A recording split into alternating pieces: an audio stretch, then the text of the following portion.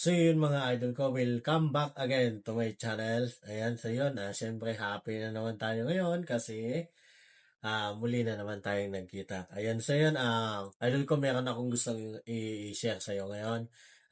Tungkol ito kung paano magsimulang magnegosyo. Ganito yun, idol ko. Kunwari, meron akong hawak na ballpen. Ngayon, itong ballpen na to, ito yung gusto kong gawing negosyo. Meron akong product, tapos, ang kailangan ko na lang ay ibenta ko to. Pag nabenta ko to, ibig sabihin, meron na akong negosyo. O, ganun lang yung kasimple, idol ko. Ayun, sa madaling salita, kapag gusto mong magnegosyo, kailangan meron kang talento. Siyempre, talent. Tsaka meron kang produkto.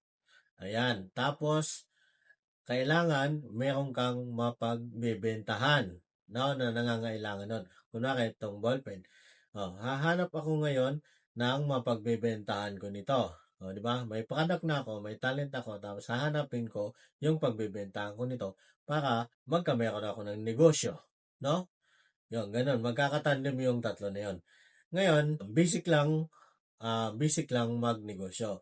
Yan, tandaan mo lang yung parate. Dapat may talent ka, tapos may product ka, and then yung pagbebentahan mo. Yan, ganun lang yung mga idol ko. Kapag nagtatanong ka dyan sa isip mo kung paano nga ba magnegosyo, ayan, tandaan mo lang yung sinabi ko sa'yo. Dapat hanapin mo yung talent mo.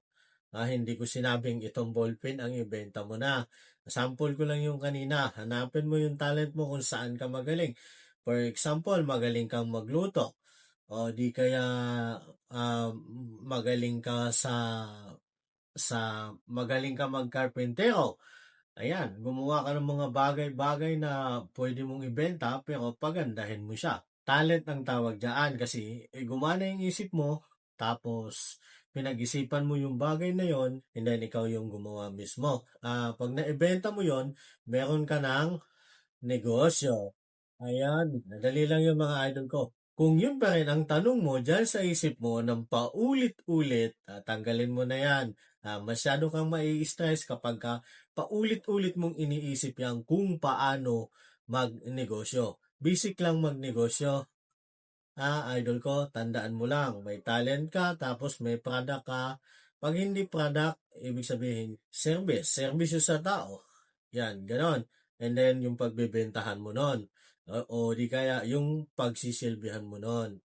No? Pero, doon lang muna tayo focus sa tatlo na muna yun. Yung may product lang muna, yung ating pag-uusapan. Kasi, wag na muna natin masyadong pakomplikahin. Kumbaga, simplihan lang natin mga idol ko. Tapos, hanapin mo yung market. Yan. Yung pagbibentahan, ibig sabihin, yung market. Ito, pinakang importante idol ko, tandaan mo to. Kapag nakapagbenta ka na ng gusto mong ng produkto mo, yung pinagbentahan,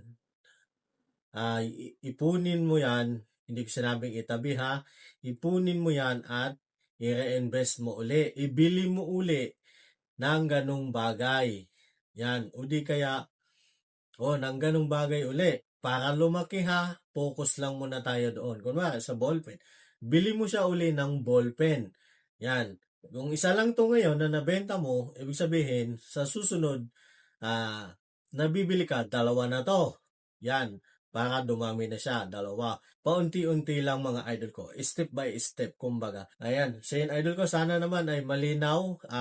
Naintindihan mo yung sinabi ko. Pangarapin lang muna natin yung lumaki at dumami. Huwag muna tayong masyadong ma-hype. Kung ano lang yung meron, yun lang muna.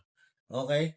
Ayan. So yun, idol ko, sana meron ka na pulot na konting kaalaman at ang pinakang importante, idol ko, ay gawin mo na kung gusto mo talagang magnegosyo. Ayan, gawin mo na ngayon.